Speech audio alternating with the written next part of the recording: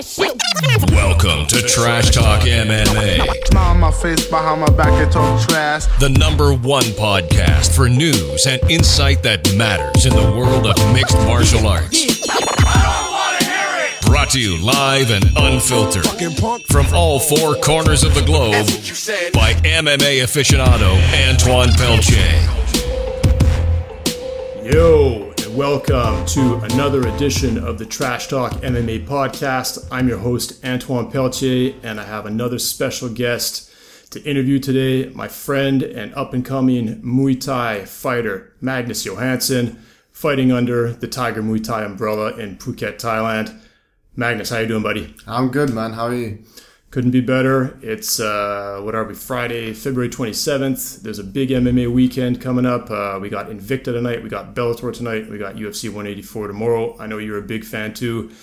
Let's talk a little bit about you, Magnus, and then we can get into some of the latest news surrounding the MMA industry. Why don't you just let everybody know where you're from, how old you are? I'm from Sweden, Stockholm, and I'm 23 years old. Okay, so you're fighting right now Muay Thai professionally under the Tiger Muay Thai umbrella. Why don't you let the listeners know, what was your exposure and your experience with combat sports prior to coming to Thailand? I started out doing some boxing with a friend of mine, just for fun. I really started liking it, so I bought home a big heavy bag, like a Muay Thai heavy bag, and just put it up in my room and started working on it. And then I just wanted to learn more, and that's why I looked up on the internet where I could go and learn more Muay Thai. Because I like the striking game a lot, but I'd like to go into MMA later on. Okay, so you picked up boxing first. How old were you when that started? Must have been 22, yeah. Okay, so very recently, just a year and a half ago. Yeah. All right. So you got into boxing, you brought a heavy bag home, you started teeing off on that, and you had your sights set on bigger and better things. What brought you to Thailand, and what more specifically brought you to Tiger Muay Thai? What brought me to Thailand is, like, my brother said once to me, like, what would you think about going to, like, Thailand, for instance, and train more? And I thought, yeah, that's not such a bad idea, you know what I mean? So I started looking online, browsing a couple of forums, and yeah, I got my eyes on Tiger because it's a well-represented gym around the world, so you basically heard other people in forums saying that, you just threw the question out there, hey, has anybody gone and trained elsewhere in the world or in Thailand in particular, and you just found a bunch of good reviews from Tiger? Yeah, that's pretty much it, yeah. Okay, so yeah, word of mouth, man. It's still always one of the best ways to market a product, right? Powerful tool. Excellent. When you were in Sweden and you were beginning to train there, what are the possibilities for training in Sweden? How popular are combat sports there? It's pretty popular. It grew a lot since Alexander Gustafsson had his fight against John Jones, obviously. And that just sparked the interest of MMA in Sweden, I think. Since then, we've had 3 UFC, if I'm not mistaken. Yeah, 2 or 3, yeah. Yeah, so it's growing. You can pretty much train anywhere. Well, that's excellent. So it's a sport that's embraced there, right? Yeah, and it's growing. I think it's the fastest growing sport in the world right now. I mean, Gustafsson has been in the UFC, long before, obviously, his fight against John Jones. But did it really take that title fight of that magnitude for the sport in itself to get exposure in Sweden? I think so. We never really had any big combat sports representatives from Sweden, if you know what I mean. We've always been doing great at stand-up and Muay Thai and stuff like that, but just in MMA, I think that's what sparked the interest. Yeah, it's interesting. A lot of people are somewhat confused by the UFC strategy to hold all these international cards, and often they feel that the cards are diluted and contain a lot of unknown fighters to the mainstream public. But it's great to see how this sport is becoming is acquiring a major presence in Europe. Which it hasn't had up until quite recently. So Magnus, when did you first come to Tiger Muay Thai? What were your intentions, and how long of a commitment did you make? I came here for 3 months in the beginning of last year. I started out just doing Muay Thai group sessions, and I really liked it. A friend of mine, or a guy I met in class, recommended this trainer I started training with, and after that it just became more serious because I started to put more work in, and I really fell in love with it. Yeah, so what's interesting about what Magnus has to say there is when anybody arrives to train Muay Thai at Tiger Muay Thai, they basically throw everybody into these group beginner classes. It's not that these classes are really dumbed down. They're just a way for the trainers there to evaluate anyone's skill set coming into Muay Thai. So you can have fought a lot before or nothing at all, not even knowing how to throw a punch or a leg kick. And you join these group classes. They last about 2.5 hours. You do them twice per day. And based on your progression, the speed of your progression in these classes, they'll move you into an intermediate and advanced category. So it sounds like you just went right from beginner classes to actual personal, private training classes with your trainer whose name is Pong. Is that correct? Pong, yeah. Okay. And you heard of Pong word of mouth through another friend that you were doing group classes with, or who had been doing classes with Pong already? No, I had been. I have seen him in class because he's training in a beginner's class. Yeah, you're right. But I hadn't really done much pad work or anything with him. But this guy came up to me. I started chatting with him, and he recommended his trainer Pong. So so once you started training with Pong, then you quite quickly at the end of those 3 months. I remember you eventually got your first amateur fight at the Tiger Muay Thai barbecue beatdown. Walk us through that progression. How did you? I mean, you just showed up, you just started training, you did some group classes, started some private ones. What did you experience, and what did Pong see in you that made you both feel like you were ready for an amateur fight after just a few short months? I think most of it was just my initiative. I wanted to have a fight before I went back to Sweden, just to get the feeling for it. I've never been in a fight, not even like a street fight in real life. You know what I mean? Yep. So it sounds like that was really one of your goals. Was upon arrival to spend 3 months there and to walk away with some sort of combat experience, namely an amateur fight, and a lot of more knowledge. Yeah. Okay. How'd that fight go? Pretty well, I guess. But I lost the decision, but considering my first fight, it was a tough opponent. So I'm happy with it anyways, because you learn so much from a loss. Yeah. I'm a jerk for asking that. I know exactly how it went because I was there. I was actually filming it, rooting for you to cage or ringside at that fight. The barbecue beatdowns, they're an interesting tradition at Tiger Muay Thai. They happen at the last Saturday of every single month. They do like a barbecue buffet. You can come in, get all the beer, and it's kind of a way for everybody's out there training their asses off super hard, being, trying to be as disciplined as possible. It's a bit of an opportunity for everybody at the end of each month to unwind, overeat, drink some booze. And for anybody who's training at Tiger Muay Thai, or anybody who really wants to, they can just step into an unsanctioned, amateur fight and throw down with, with anybody else who's out there. So it's a fun evening, and it's an interesting opportunity for people such as Magnus who want to acquire some form of experience in combat sports and to get that under their belt. Yeah, because it's a really good platform to have your first fight, because these fights are with 16-ounce gloves and shin pads, and in the stadiums here I think they're 10-ounce, so it's quite a big difference, and no shin pads obviously. So just to get the feeling for it, I think that's a great opportunity to have your first fight at. Absolutely, and I think a lot of people they like that environment because also the referees are they're aware that everybody's most of the people are coming out here for fitness holidays or martial arts holidays or vacations, and they're not here to get their nose broken or to leave with a concussion. Yeah, you don't really see people get hurt. Exactly right. My first exposure to you was I went down to Patong with some other guys just for a night of partying, and we ended up at the Tiger Bar on Bangalore Road. Bangalore Road is this crazy madness fucking street down in Patong, which is the wild city closest to where Tiger Muay Thai is, and there's just lady boys running all over the place and stupid ass ping pong shows and stray dogs running around biting people. You got to check it out at least once, but for me, once was enough. But anyway, we went to the Tiger Bar, and I met Magnus there, and there was one of those, those punching machines. Yeah. I'm sure everybody's seen these. You walk into an arcade or into a fair, and there's one of those machines where the ball kind of drops down, and you smash the thing as hard as you can, and a rating comes up with your sort of the pressure you've applied to the punch, and I was there with a big group of Australian and British goons.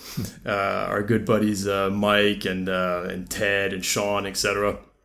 And guys like Mike and Ted, big Australian boys, they were pounding the fuck out of this thing and putting up huge numbers. And I I remember everybody just being like, "What the fuck?" when Magnus showed up, and he was getting very much similar or better numbers. And you'll see from the pictures that I post when I put this podcast up, Magnus is what are you? You're about 6 feet tall, about 5'11", so 180 centimeters, kilos, walking around pretty much. Exactly. So that for our North American friends, is 145, 150 pounds, something like that. So yeah, I've sort of described his build as as the Cole Miller build. If anybody knows a UFC fighter, Cole Miller, long, lanky, very tall, and very lightweight. So yeah, it's good. It's a good build for fighting though.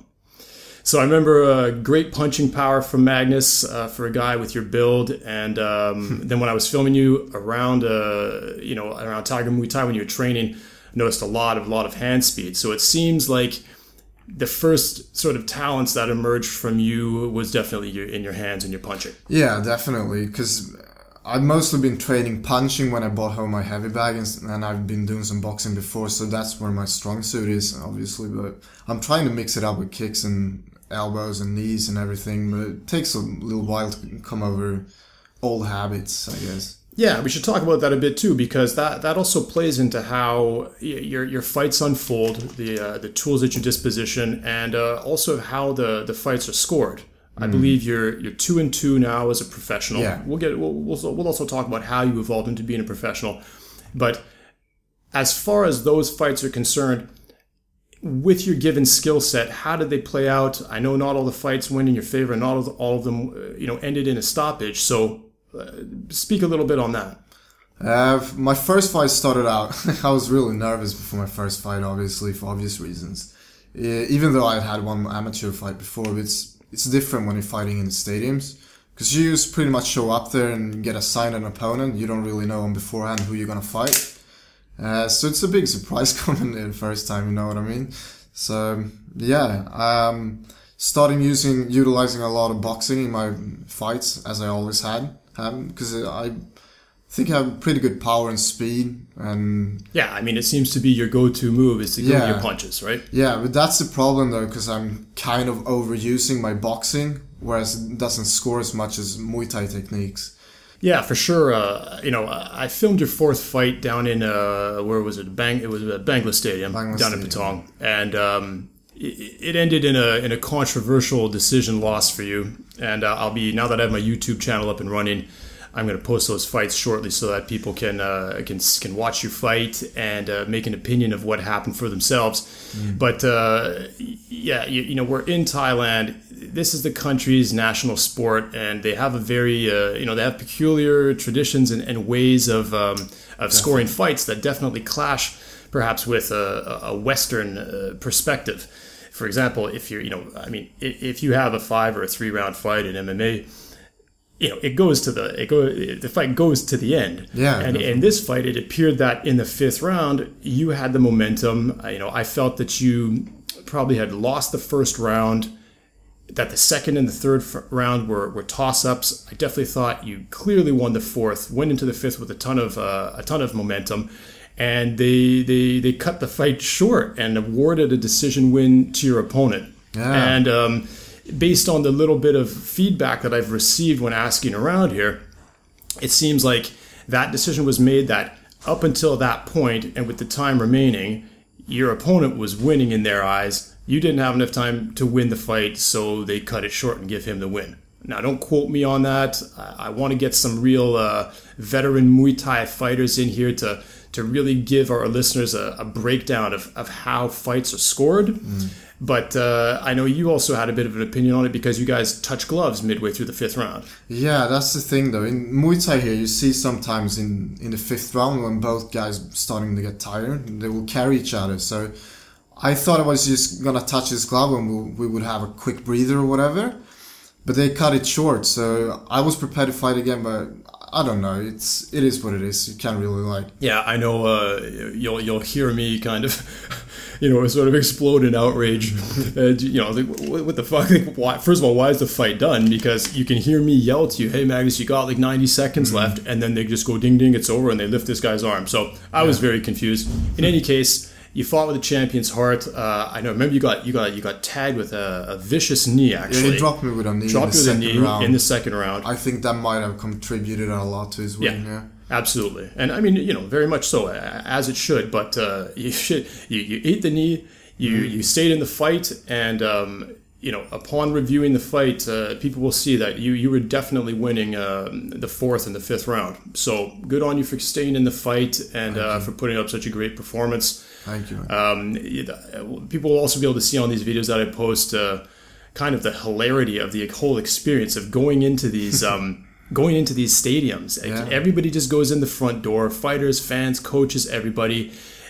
People are getting their hands wrapped right beside the opponent that they just met 15 minutes before. That's right. There's actually no formal supervision of how wraps are done. Anybody can do whatever they want. I can't even imagine if there are some dishonorable fighters or trainers what could be put into these wraps. Let's hope that's not the case.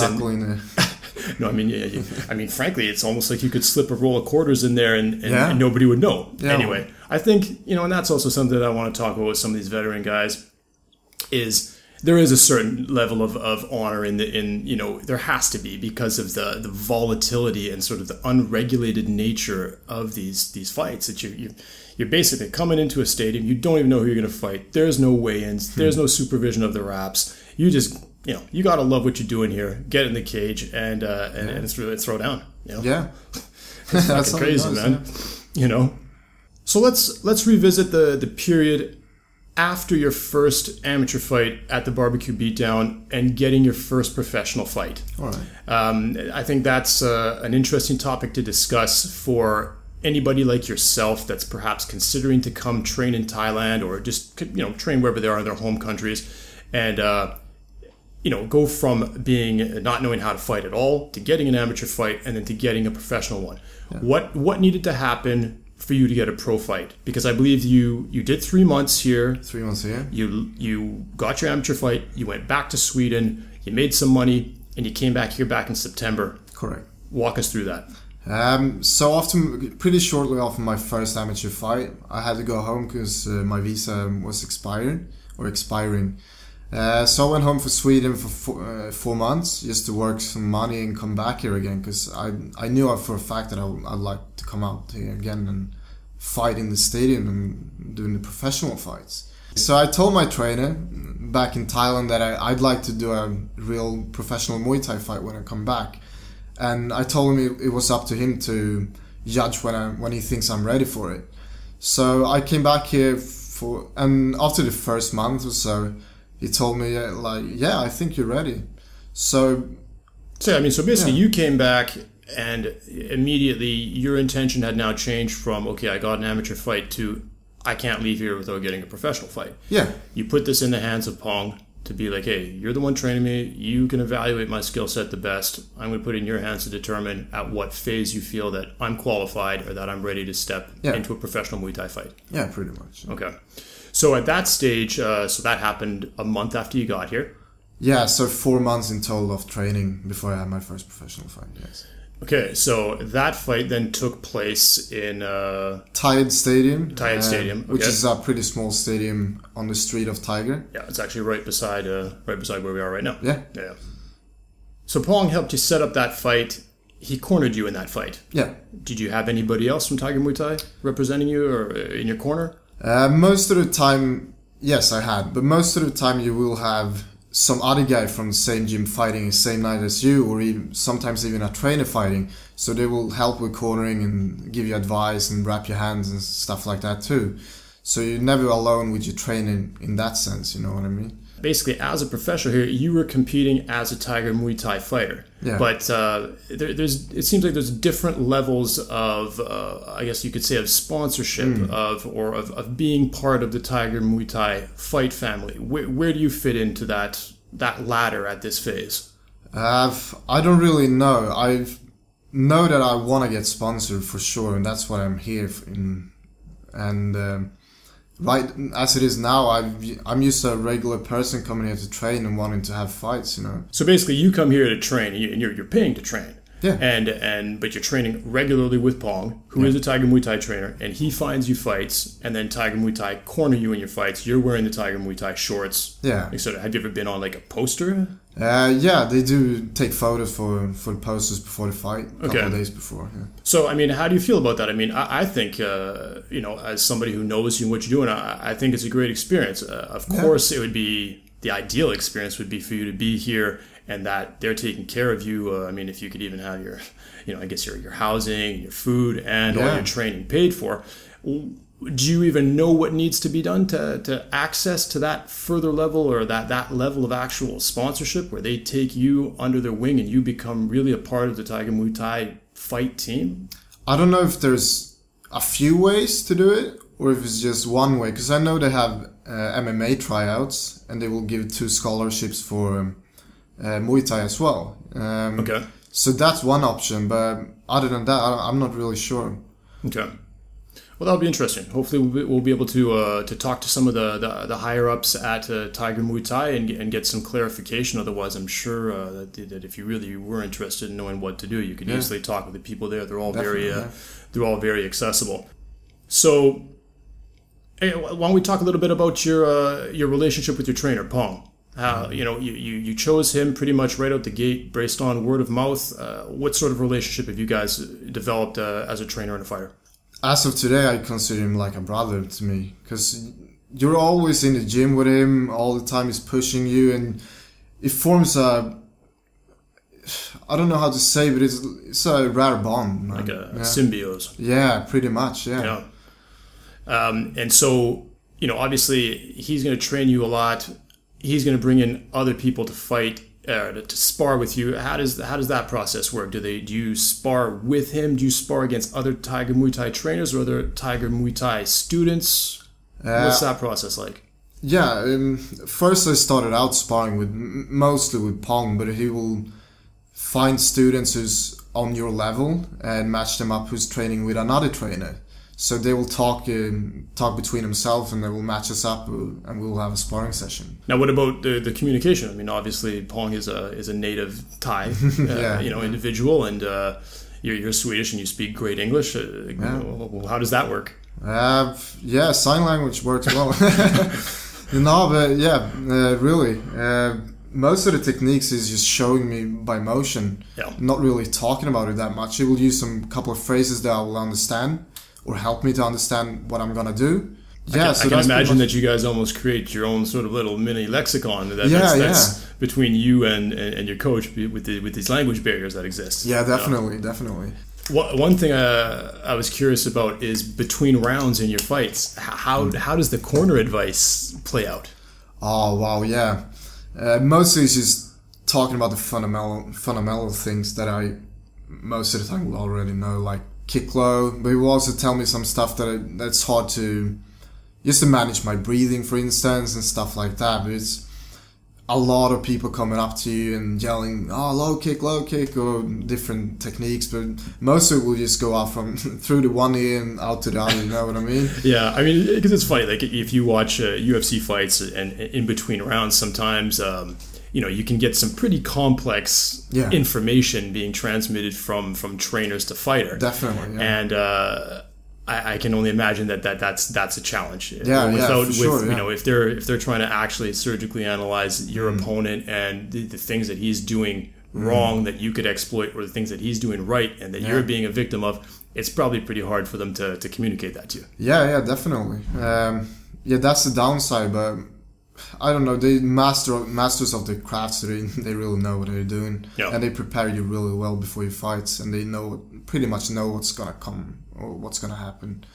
Yeah, so I mean, I wanted to get you in for this podcast because I know that you're leaving Phuket tomorrow. So you're heading back to Sweden. What are your plans? How long are you going to stay there, and when do you expect to come back? I'm gonna go back to Sweden now for about 4 months. Do the same thing again, just stack some money, come back here and get on it again. So when you're back in Sweden, obviously your training is fully interrupted. Do you have any sort of routine or protocol that you like to follow when you're back in Sweden to keep yourself in shape, to keep your nutrition right? What happens to this world that you're in here when you go back home? Oh, it's very different because considering you have to work like 50 hours a week back home, it's kind of collides with the training. But I try to go out for runs and keep in shape just for the next time I'm coming back here, obviously. But it's really hard to get like real Muay Thai training because the classes will collide with my working hours and stuff like that, so it's really difficult. But yeah, as I've done in the past, I just most of my training here. Yeah. One thing I'd just like to wrap up on here is, you said you'd never had a street fight, you'd never been in a fight here. You've done it. You've impressively, come out here, got an amateur fight in 3 months, came back for 8 months, had 4 professional fights. You're going to go away. You're going to come back. You're going to get bigger, better, faster, stronger. What is this experience like for somebody with, no combat experience to walk into an arena full of screaming fans and to put your health on the line against a totally unknown opponent? What's your mental game plan? Wow, that's nerve-wracking. I just try to stay as calm as possible because you're scared to lose. You're not scared to get beat up because the pressure you put on yourself is way worse than taking any punishment. You know what I mean? So, yeah, you just try to stay calm and focused and composed. And I just throw a towel over my head and try to visualize the fight and what I'm going to do. So you fear losing more than the thought of getting hurt? Yeah, I think most fighters do. Now, I'm sure some people who are in your situation that come in, they also fear getting hurt. Can you speak on any injuries you may have, taken as a result of these fights? Well, you get these knots on your shins, obviously, because you're going shin to shin full power, and you get a couple of bruises here and there and kicks to the ribs and stuff like that, but nothing serious yet. So once you got into your fights, as opposed to your sparring at Tiger Muay Thai with your training partners and with Pong, what was the first time you experienced a physical reaction that you'd never experienced before, and like what was your internal response to that? I think in my first amateur fight, it was an eye-opening experience, really, because I wasn't prepared for that kind of punishment or taking 100% blows, because it's very different from sparring, because you're trying to work on stuff and not going too hard. Sometimes you do hard sparring sessions too, obviously, before fights and stuff like that, but yeah, I think the kicks in the first fight threw me off. I wasn't prepared, and kind of pain, but as you train more and more, you get more resistant to punishment, and they really try to toughen your body, especially midsection. Yeah, because the strikes to the midsection are something that I know I've taken a couple, and it's incredible how seemingly low impact these knees to the ribs I took, but it's incredible the amount of damage even the slightest strike to your ribs can take, and how long that damage can last. But I mean, so far you've been relatively healthy. I think in your last fight you left with a bit of a leg injury. Yeah, I think I didn't look it up, but I think I had a tore quad or something like that, but I'm all good now. That was like 3 weeks ago. Yeah. You're feeling better now? Yeah, feeling better now. I can go for runs and do some exercise. Did some sparring yesterday, so it's all good now. Yeah, and I know we did the big Buddha walk, which is a pretty intense walk last night, and you passed that with flying colors. Well, listen, Magnus, it's been a real pleasure having you on board. I think your journey is really inspiring. I know you as a friend. I know you're a great guy. And, you have a very calm demeanor, and it's interesting to see that you have this other side to you where you can step into the cage and take shots and give shots with the best of them. I, for one, am looking forward to following your career, to help promote you as much as possible. I think that's really important for young guys like yourself to know that there's some people that have their eyes on them and that have their best interests in mind. I look forward to you coming back here. Hopefully we can stay in touch while you're in Sweden, maybe do another podcast via Skype. Yeah. And most importantly, how can people follow you? How can people keep in touch with Magnus Johansson on social media? There's not many options yet. I promise to get a Twitter account to make it easier for you guys to follow me. I don't have that many fans yet, but I hope this podcast is gonna change that. Yeah, it'd be great if you built yourself like a Facebook fan page, and as well as a Twitter account. I know you do have an Instagram account, and I know it's a funky Swedish name or word. Yeah. So we won't even try to to drop that here. I'll include a link to it on on my blog post and in the podcast itself, so that people can keep in touch with you and make sure we get the good word out there, so that people can keep following your fights. I'm also going to try to get Magnus's previous fights and post them up to my YouTube channel, so that there's a depository of all of his fights in one convenient location for people who'd like to check out his scraps. All right, guys, this was the Trash Talk MMA podcast. I'm your host, Antoine Peltier. Follow me on Twitter. Follow me on Facebook. Go check out the website, trashtalkmma.com. We got a ton of goodies up there for you, and we'll be catching up with y'all real soon. Peace. Thanks for listening to the Trash Talk MMA podcast. Be sure to visit trashtalkmma.com. Smile on my face, behind my back, they talk trash. And don't forget to follow Antoine on Twitter at Trash Talk MMA. Let us know you're listening. Use hashtag Trash Talk MMA.